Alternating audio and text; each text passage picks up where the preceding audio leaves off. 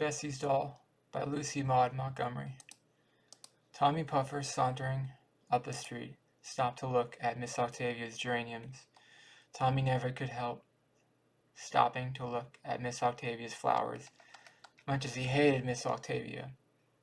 Today they were certainly worth looking at. Miss Octavia had set them up all out on the veranda, rows upon rows of them, overflowing down the steps in waves and blossom in color. Miss Octavia's geraniums were famous in Arundel. She was very proud of them, but it was her garden which was really the delight of her heart. Miss Octavia always had the prettiest garden in Arundel, especially as far as annuals were concerned. Just now it was like faith, the substance of things hoped for. The poppies and the nasturtiums and balsams and morning glories and sweet peas had been sown in their own brown beds on the lawn, but they had not yet begun to come up. Tommy was still feasting his eyes on the geraniums when Miss Octavia herself came around the corner of the house. Her face darkened the minute she saw Tommy. Most people's did. Tommy had the reputation of being a very bad, mischievous boy. He was certainly very poor and ragged, and Miss Octavia disapproved of poverty and rags on principle. Nobody, she argued, not even a boy of 12, need to be poor and ragged if he is willing to work. Here you, get away out of this, she said sharply. I'm not going to have you hanging over my palings.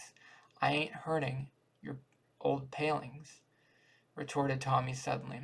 I was just looking at the flowers. Yes, and picking out the next one to throw a stone at, said Miss Octavia sarcastically. It was you who threw that stone and broke my big scarlet geranium clear off the other day. It wasn't. I never chucked a stone at your flowers, said Tommy. Don't tell me any falsehoods, Tommy Puffer. It was you. Didn't I catch you firing stones at my cat a dozen times? I might have fired 'em at an old cat, but I wouldn't take a flower, avowed Tommy boldly, brazenly, Miss Octavia thought. You clear out of this, or I'll make you, she said warningly. Tommy had had his ears boxed by Miss Octavia more than once. He had no desire to have the performance repeated. So he stuck his tongue out at Miss Octavia, and then marched up the street, with his hands in his pockets, whistling jauntily. He's the most impudent brat I've ever saw in my life, muttered Miss Octavia wrathfully. There was a standing feud between her and all the Arundel small boys, but Tommy was her special object of dislike. Tommy's heart was full of wrath and bitterness as he marched away. He hated Miss Octavia. He wished something would happen to every one of her flowers. He knew it was Ned Williams who had thrown that stone, but he hoped Ned would throw some more and smash all the flowers. So Tommy raged along the street until he came to Mr. Blacklock's store. In the window of it he saw something that put Miss Octavia and her disagreeable remarks quite out of his tow-colored head. There was nothing more or less than a doll. Now Tommy was not a judge of dolls and did not take much interest in them, but he felt quite sure that this was a very fine one. It was so big. It was beautifully dressed in blue silk, with a ruffled blue silk hat. It had lovely long golden hair and big brown eyes and pink cheeks, and stood right up in the showcase and held out its hands winningly. Gee, ain't it a beauty, said Tommy admiringly. It looks as if it's alive, and it's as big as a baby. I must go and bring Bessie to see it. Tommy at once hurried away to the shabby little street where he called home was. Tommy's home was a very homeless-looking sort of place. It was the smallest, dingiest, most slatternly house on the street, noted for its dingy and slatternly houses. It was occupied by a slatternly mother and a drunken father, as well as by Tommy, and neither the father nor the mother took much notice of Tommy except to scold or nag him, so it's hardly to be wondered at if Tommy was the sort of boy who was frowned upon by respectable citizens. But one little white blossom of pure affection bloomed in the arid desert of Tommy's existence for all that. In the preceding fall, a new family had come to Arundel and moved into the tiny house next to the Puffers. It was a small, dingy house, just like the others, but But before long, a great change took place in it. The new family were thrifty, industrious folks. Although they were very poor, the little house was whitewashed, the paling neatly mended, the bit of a yard cleaned of all its rubbish. Muslin curtains appeared in the windows, and a row of cans with blossoming plants adorned the sills. There were just 3 people in the Knox family: a thin little mother, who went out scrubbing and took in washing, a boy of 10, who sold newspapers and ran errands, and Bessie. Bessie was 8 years old and walked with a crutch, but she was a smart little lassie and kept the house wonderfully neat and tidy while her mother was away. The very first time she had seen Tommy, she had smiled at him sweetly and said, "Good morning." From that moment Tommy was her devoted slave. Nobody had ever spoken like that to him before. Nobody had ever smiled so at him. Tommy would have given his useless little life for Bessie, and thenceforth the time he was not devising mischief he spent in bringing little pleasures into her life. It was Tommy's delight to bring that smile to her pale little face and look of pleasure into her big, patient blue eyes. The other boys on the street tried to tease Bessie at first and shouted "cripple" after her when she limped out, but they soon stopped it. Tommy thrashed them all, one after another, for it, and Bessie was left in peace.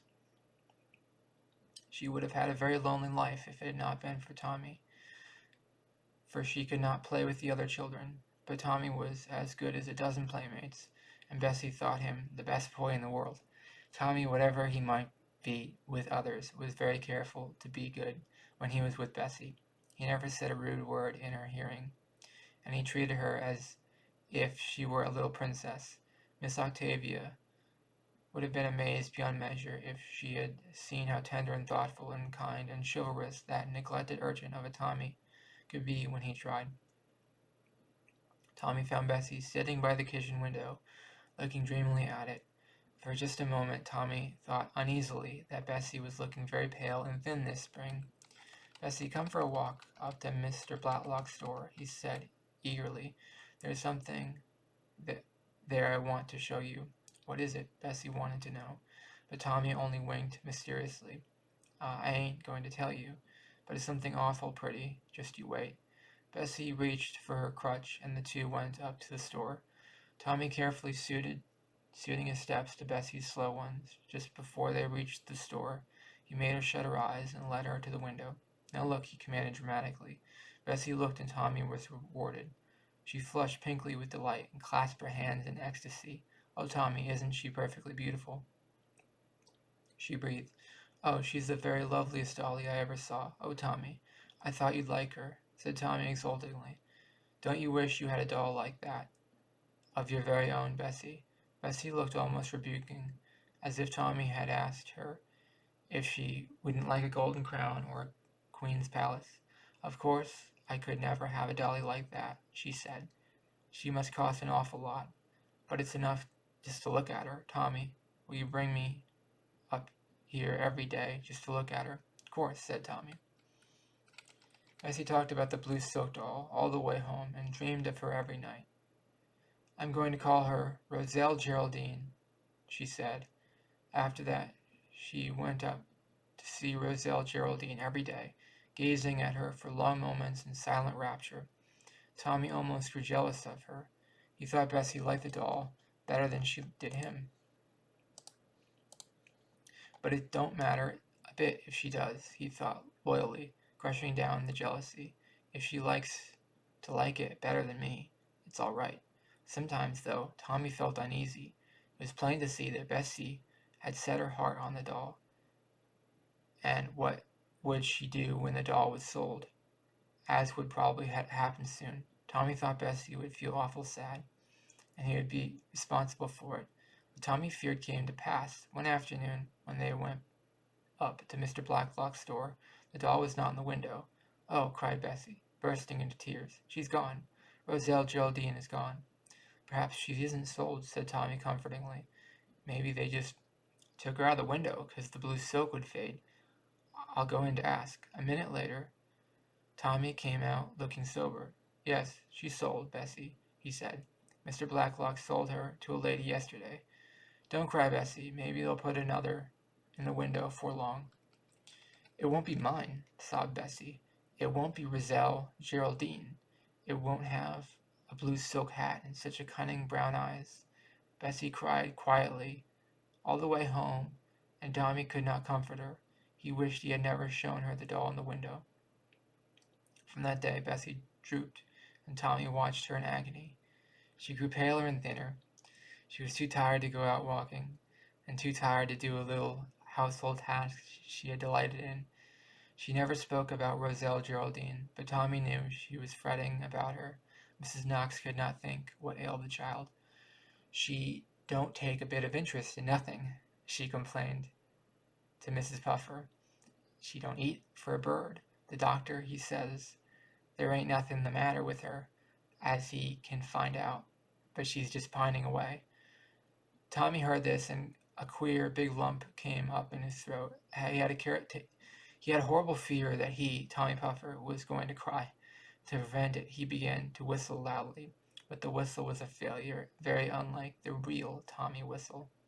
Bessie was sick, and it was all his fault. Tommy believed if he had never taken her to see the hateful blue silk doll, she would never have got so fond of it as to be breaking her heart because it was sold.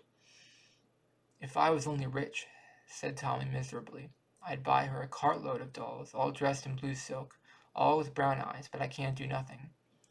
By this time Tommy had reached the paling in front of Miss Octavia's lawn, and from force of habit he stopped to look over it.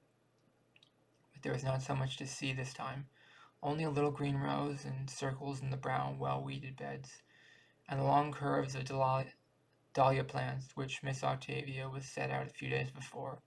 All the geraniums were carried in, and the blinds were down. Tommy knew Miss Octavia was away.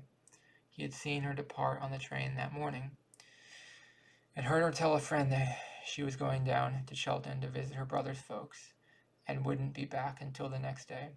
Tommy was still leaning moodily against the paling when Miss Jenkins and Mrs. Reed came by. They too paused to look at the garden. "Dear me, how cold it is," shivered Mrs. Reed. "There's going to be a hard frost tonight. Octavia's flowers will be nipped as sure as anything. It's a wonder she'd stay away from them overnight, when her heart's so set on them." "Her brother's wife is sick," said Mrs. Jenkins. "We haven't had any frost this spring, and I suppose Octavia never thought of such a thing. She'll feel awful bad if her flowers get frosted, especially them dahlias. Octavia set such store by her dahlias." Mrs. Jenkins and Mrs. Reed moved away, leaving Tommy by the paling. It was cold. There was going to be a hard frost, and Miss Octavia's plants and flowers would certainly be spoiled. Tommy thought he ought to be glad, but he wasn't. He was sorry, not for Miss Octavia, but for her flowers. Tommy had a queer, passionate love for flowers. In his twisted little soul, it was a shame that they should be nipped, that all the glory of crimson and purple and gold hidden away in those little green rows and circles should never have a chance to blossom out of royally. Tommy could never have put this thought into words, but it was there in his heart. He wished he could save the flowers, and couldn't he? Newspapers spread over the beds and tied around the dahlias would save them. Tommy knew. He had seen Miss Octavia doing it other springs. He knew there was a box of newspapers in the little shed in her backyard. Now Williams had told him there, and that the shed was never locked. Tommy hurried home as quickly as he could and got a ball of twine out of his few treasures, and he went back to Miss Octavia's garden. The next forenoon Miss Octavia got off the train at the Arundel station with a very grim face. There had been an unusually severe frost for the time of year. All along the road Miss Octavia had seen gardens frosted and spoiled. She knew what she should see when she got to her own: the dahlia stalks drooping, black and limp, the nasturtiums, the balsams and poppies and pansies all withered and ruined. But she didn't. Instead, she saw every dahlia carefully tied up in the newspaper, and over all the beds and newspapers spread out and held neatly in place with pebbles. Miss Octavia flew into her garden with a radiant face. Everything was safe. Nothing was spoiled. But who could have done it? Miss Octavia was puzzled. On one side of her lived Mrs. Kennedy, who had just moved in and, being a total stranger, would not be likely to think of Miss Octavia's flowers. On the other lived Miss Madison, who was a shut-in and spent all her time on the sofa. But to Miss Madison, Miss Octavia went. "Rachel, do you know who covered my plants up last night?" Miss Madison nodded. "Yes, it was Tommy Puffer. I saw him working away there with papers and twine. I thought you told him to do it." "For the land's sake," ejaculated Miss Octavia. "Tommy Puffer! Well, wonders will never cease." Miss Octavia went back to her house, feeling rather ashamed of herself when she remembered that how she had always treated Tommy Puffer. But there must be some good in the child, or he wouldn't have done this. She said to herself, "I've been real mean, but I'll make it up to him." Miss Octavia did not see Tommy that day, but when he passed the next morning, she ran to the door and called him. Tommy Puffer, come in here." Tommy came reluctantly. He didn't like Miss Octavia any better than he had, and he didn't know what she wanted of him. But Miss Octavia soon informed him, without a loss of words. "Tommy, Miss Madison tells me that it was you who saved my flowers from the frost the other night. I was very much obliged to you indeed. Whatever made you think of doing it?" "I hated to see those flowers spoiled," muttered Tommy, who was feeling more uncomfortable than he had ever felt in his life. "Well, it was real thoughtful of you. I'm sorry I've been so hard on you, Tommy, and I believe now that you didn't break my scarlet geranium. Is there anything I can do for you? Anything you'd like to have? If it's in reason, I'll get it for you, just to pay my debt." Tommy stared at Miss Octavia with a sudden hopeful inspiration. "Oh, Miss Octavia," he cried eagerly, "will you buy a doll and give it to me?" "Well, for the land's sake," ejaculated Miss Octavia, unable to believe her ears. "A doll? What on earth would you want a doll?" "It's for Bessie," said Tommy eagerly. "You see, it's this way." Then Tommy told Miss Octavia the whole story. Miss Octavia listened silently, and sometimes nodding her head. When he had finished, she went out of the room and soon returned, bringing with her the very last identical doll that had been in Mr. Blacklock's window. "I guess this is the doll," she said. "I bought it to give to a small niece of mine, but I can get her another for her. You may take this to Bessie." It would be of no use to try to describe Bessie's joy when Tommy rushed in and put Roselle Geraldine in her arms with a breathless account of the wonderful story. But from that moment Bessie began to pick up again, and soon she was better than she had ever been, and the happiest little lassie in Arundel. When a week passed, Miss Octavia again called Tommy in. Tommy went more willingly this time. He had begun to like Miss Octavia. That lady looked him over sharply and somewhat dubiously. He was certainly very ragged and unkempt, but Miss Octavia saw, and she had never noticed before, that Tommy's eyes were bright and frank, that Tommy's chin was a good chin, and that Tommy's smile had something very pleasant about it. "You're fond of flowers, aren't you, Tommy?" she asked. "You bet," was Tommy's inelegant but heartful answer. "Well," said Miss Octavia slowly, "I have a brother down in Shelton who is a florist. He wants a boy of your age to do handy jobs and run errands about his establishment. He wants one who is fond of flowers and would like to learn his business. He asked me to recommend him one, and I promised to look out for a suitable boy. Would you like the place, Tommy? And will you promise to be a very good boy and learn to be respectable? And I ask my brother to give you a trial and a chance to make something of yourself." "Oh, Miss Octavia," gasped Tommy. He wondered if he were simply having a beautiful dream. But it was no dream, and it was arranged later on. No one rejoiced more heartily in Tommy's success than Bessie. "But I'll miss you dreadfully, Tommy," she said wilfully. "Oh, I'll be home every Saturday night. We'll have Sunday dinner together, except when I've got to go to Sunday school, 'cause Miss Octavia says I must," said Tommy comfortably, "and the rest of the time you'll have Roselle Geraldine." "Yes, I know," said Bessie, giving the blue silk doll a fond kiss, "and she's just lovely." but she ain't as nice as you, Tommy, for all. That was Tommy's cup of happiness full.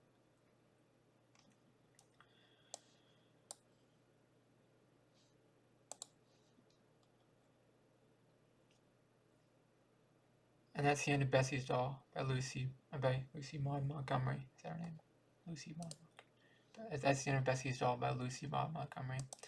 I gave it 2 thumbs up. It made me cry, so any story that makes me cry is something I want to read because I like to feel that type of emotion. I wish I could be like the character in the story, but let me know in the comments below, what did you think of the story? I liked it. Please subscribe to this channel to be part of the community, and please like this video. It really helps the channel out a lot. Thank you for watching. Have a great day. Bye-bye.